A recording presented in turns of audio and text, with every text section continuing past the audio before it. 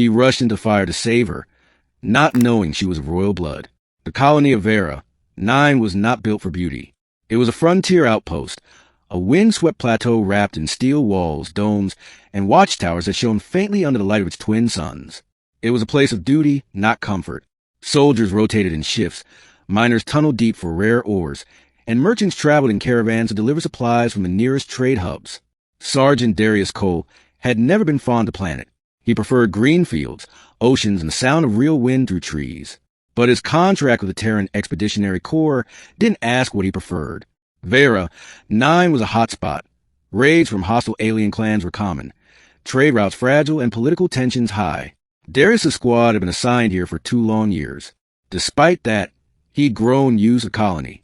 He'd grown used to the steady hum of energy shields, the dusty corridors of the garrison, and the occasional bursts of laughter from miners who drank away their wages in the cantina. Life on the frontier had a rhythm, but he never expected that rhythm to shatter in fire and chaos one night, changing his fate forever. The fire. The attack came without warning. Darius had been patrolling near the eastern dome when a thunderous explosion rocked the settlement. A mining storage depot, stuffed with plasma cells, went up in a storm of fire. Flames leapt skyward, painting the colony in sickly orange. Sirens wailed. Soldiers scrambled. Civilians screamed and scattered as smoke choked the air. Squad Beta, converge on Depot 3, barked the comms officer. Darius sprinted, his boots pounding against ferrocrete, lungs burning from the acrid smoke. He pulled up his visor, switching to thermal mode. Shapes moved inside the burning dome, panicked colonists trapped behind collapsed girders. The fire suppression system had failed. Without hesitation, Darius rushed into the blaze. The heat was a living thing, clawing at him through his armor.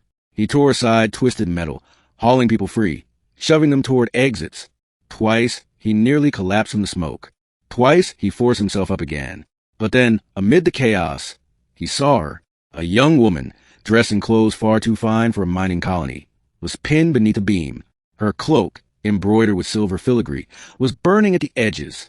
She struggled weakly, coughing, her eyes wide with terror. Darius didn't think. He moved, bracing his shoulder under the molten-hot beam. He heaved with all his strength. Pain shot through him, armor groaning, muscles trembling. With a roar, he lifted it just enough to drag her out. She collapsed against him, too weak to stand. "Got you," he muttered, voice raw. "Stay with me?" He carried her through the inferno, shielding her with his body, until they stumbled out into the night air. Medics swarmed. She was pulled onto a stretcher, oxygen mask strapped to her face. Darius staggered, coughing, vision blurry from smoke. He expected that to be the end. Another rescue. Another life saved. Just part of the job. He didn't know that the woman he saved was not just a colonist. She was Princess Serenia of the Veran Dominion. The revelation. The colony buzzed with rumors for days. Whispers of royalty in disguise. Soldiers argued in mess halls. Merchants speculated in markets. Darius ignored it until he was summoned. The garrison's command hall was cleaner than usual. A red banner of the Veran Dominion hung beside the Terran flag, and waiting at the central table, dressed now in regal silks and guarded by armored retainers, was a woman he had dragged from the flames. Princess Serenia. Her presence was overwhelming. Tall, graceful, eyes like molten gold. Alien in the most breathtaking way.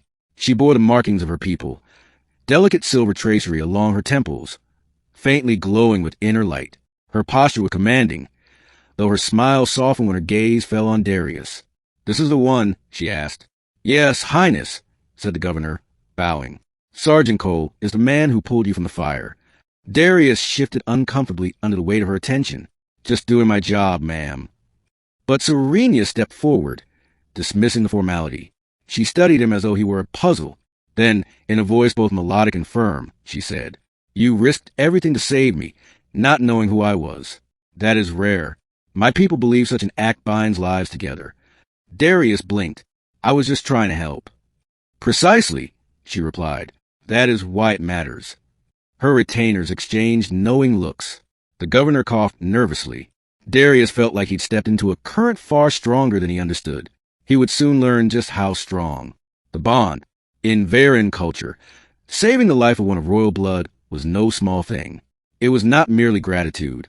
It was a sacred obligation. Legends told that such acts intertwined destinies, forging a bond that could not be denied. The very next day, emissaries arrived. Formal announcements were made. To Darius's disbelief, he was declared the life-sworn of Princess Serenia. What the hell does that mean? He demanded of his commander. His commander rubbed his temples. It means, soldier, that by their traditions, you're her protector, her chosen, in some cases her consort. Darius stared. Consort? You mean marriage? The commander sighed. Yes. Congratulations. Darius felt the world tilt. He was just a grunt, a soldier with scars, debts, and a service contract. He wasn't meant for palaces, crowns, or courts. Yet Serenia seemed utterly certain. When he tried to protest, she silenced him with a look that carried centuries of royal bloodline behind it. You saved me without hesitation, she said. Your life is now entwined with mine. You may deny it in words, but the bond is sealed. And the strangest part? Deep down, some part of Darius wasn't sure he wanted to deny it. The threat. Not everyone was pleased. Within weeks, political currents surged. Rival alien clans accused Serenia of dishonoring her people by binding herself to a human soldier. Some Terran officers whispered that Darius was compromised, a liability. And worse still, the fire had not been an accident. Evidence pointed to sabotage. Someone had wanted the princess dead. That meant someone powerful, with spies inside the colony. Darius found himself thrust into a world of intrigue. He shadowed Serenia constantly, guarding her during meetings, banquets, and councils.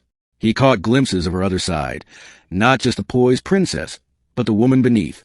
She laughed at his dry humor. She listened when he spoke of Earth. She asked questions about stars he'd seen, battles he'd fought. They were different in every way, yet the bond between them grew. Still, danger loomed.